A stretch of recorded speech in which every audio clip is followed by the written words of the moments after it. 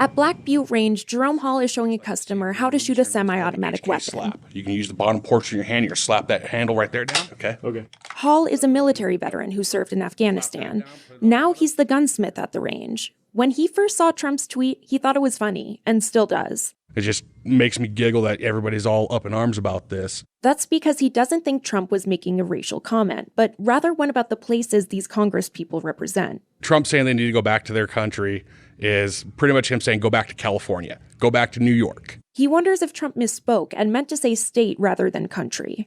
Following Trump's weekend tweet, Montana's Republican U.S. Senator Steve Daines tweeted his own support for the president. It read, quote, "Montanans are sick and tired of listening to anti-American, anti-Semite, radical Democrats trash our country and our ideals. This is America. We're the greatest country in the world. I stand with @real Donald Trump," end quote. That's not necessarily a controversial statement in Montana, where Trump won by 20% in the popular vote against Democrat Hillary Clinton. Thank you for calling the Black Butte Range. This is Andrew. How can I help you?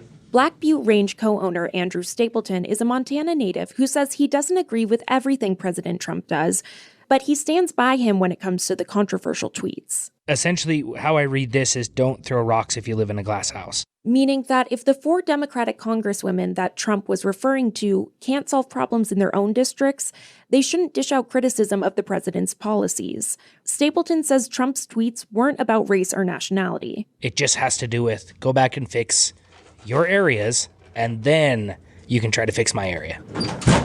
Montana native Tanner Lineberry came into the range to purchase an extended slide stop for his handgun. It helps the gun go boom. He sells building supplies to construction companies and calls himself a Trump supporter, mostly because of the economy. But it's true. Like, the economy is very strong right now. The numbers don't really lie. But he says Trump's wins go beyond the economy. Working on policy, foreign policy too, going and meeting with leaders that they've never had progress with those people before. Presidents haven't. So he's not too worried about the tweets or the controversy that's followed. He says they're a distraction from the president's accomplishments. Lineberry says he's been watching Fox News in his office all day and reads the tweet just one more time to make sure he got it right. Then come back and show us how. Reaction.